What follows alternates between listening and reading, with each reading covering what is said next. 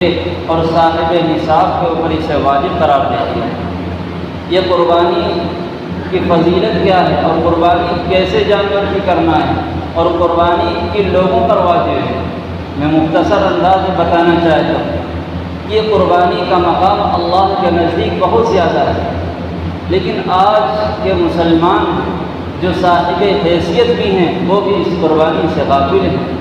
انہیں پتہ نہیں ہے کہ یہ سنت ابراہیم کتنی مقبول سنت ہے، اللہ کے پیغمبر نے اس کی کتنی فضیلت بیان فرمائی ہے۔ قربانی واجب کن لوگوں پر ہے، کن لوگوں کے لیے قربانی کرنا ضروری ہے۔ ہر صاحب نصاب مسلمان جو عاقل اور بالغ ہو، مقیم بھی ہو، اس کے لیے قربانی کرنا واجب ہے۔ وہ مسلمان جو صاحب استطاعت ہو، میں اور آسان کرتا ہوں، جو مالک نصاب ہو، میں اور آسان کرتا ہوں، جس کے پاس 52.5 تولہ چاندی اور 7.5 تولہ سونا ہو، اس کے اوپر قربانی واجب ہے۔ کسی کے پاس صرف اگر 52.5 تولہ چاندی ہے اس پر قربانی واجب ہے۔ کسی کے پاس چاندی نہیں ہے، صرف 7.5 تولہ سونا ہے، قربانی واجب ہے۔ کسی کے پاس نہ تو چاندی ہے نہ سونا ہے، تھوڑی سی چاندی ہے اور تھوڑا سا سونا ہے، ان دونوں کو ملائیں گے، اگر ان کی قیمت 52.5 تولہ چاندی تک پہنچ رہی ہے، قربانی واجب ہو جائے گی۔ اگر اتنا بھی نہیں ہے تو 5 چیزوں کو ملائیں گے، 5 چیزوں کو میں بتاؤں گا، ان چیزوں کو ملا کر کے اگر ان 5 چیزوں کی قیمت 52.5 تولہ چاندی تک پہنچ رہی ہے، ان پر قربانی واجب ہے۔ نمبر 1، کسی کے پاس تھوڑی سی چاندی ہے۔ نمبر 2، تھوڑا سا سونا ہے۔ نمبر 3، سامان تجارت، جس کو بیچنے کے لیے خریدا ہے اور اسے فروخت کریں گے۔ نمبر 4، نقد پیسہ، روپیہ۔ نمبر 5، ضرورت اصلیہ سے زائد سامان۔ مطلب یہ کہ ضرورت اصلیہ سے زائد سامان کیا ہے؟ گھر میں 5 موبائل ہیں، جن میں سے 3 استعمال ہوتے ہیں، 2 استعمال نہیں ہوتے، یہ ضرورت سے زائد ہے۔ اتنے کپڑے ہیں، 10 جوڑ کپڑے ہیں، 5 استعمال ہوتے ہیں، 5 سالوں رکھے رہتے ہیں، یہ ضرورت سے زائد ہے۔ 2 مکان ہیں، ایک میں رہتے ہیں، ایک ایسے ہی پڑا ہوا ہے، استعمال نہیں ہوتا، ضرورت سے زائد ہے۔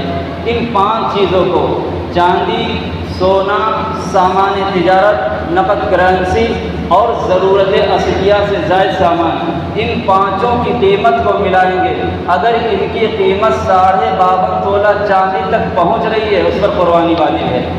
چلو 5 کو نہیں، اگر 5 کو ملائیں گے، اگر پہنچ رہی قیمت تب تو واجب ہے، لیکن اگر 4 ہی کے ملانے سے پہنچ رہی جب بھی واجب ہو جائے گا۔ 3 ہی کو ملانے سے 52.5 تولہ چاندی تک پہنچ رہی جب بھی واجب ہو جائے گا۔ 2 کو ملانے سے اگر پہنچ رہی تو 2 ہی پہ واجب ہو جائے گا، اور 1 پہ تو واجب ہے ہی۔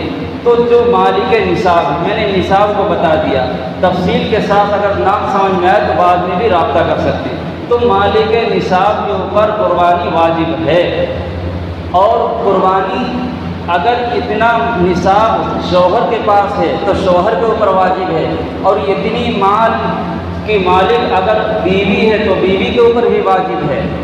یہ لوگوں کو مسئلے نہیں معلوم ہیں، اس لیے میں نے خیال کیا کہ قربانی کے متعلق ضروری مسئلوں کو بیان کر دیا جائے۔ تو ان لوگوں پر جو صاحب نصاب ہیں ان کے اوپر قربانی واجب ہے۔ اللہ کے پیغمبر صلی اللہ علیہ وسلم کی حدیث کی تشریح میں فقہاء کرام نے، ائمہ مجتہدین نے ان مسائل کا تذکرہ فرمایا ہے۔ قربانی کن جانوروں کی کرنی ہے؟ نمبر 1، بکری کی قربانی، بکری کی قربانی جائز ہے۔ دمبے کی قربانی جائز ہے۔ بھینسے کی قربانی جائز ہے۔ ان چیزوں کی قربانی کر سکتے ہیں، اونٹ کی بھی قربانی کر سکتے ہیں۔ میں اشارہ کرتا ہوا چل رہا جو ہمارے ملک کے اندر ہیں، میں گائے کا نام نہیں لے سکتا، تو ان چیزوں کی قربانی کر سکتے ہیں، لیکن ان جانوروں کی عمر کتنی ہونی چاہیے؟ بہت سے لوگ غفلت یہ کرتے ہیں کہ جتنی عمر پر قربانی کرنی چاہیے اس سے عمر کم ہوتی ہے، وہ جانور کو خرید لیتے ہیں۔ ایسے جانور کی قربانی صحیح اور درست نہیں ہو سکتی۔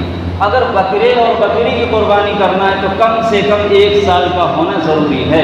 1 سال سے اگر کم ہے قربانی آپ کی درست نہیں ہوگی۔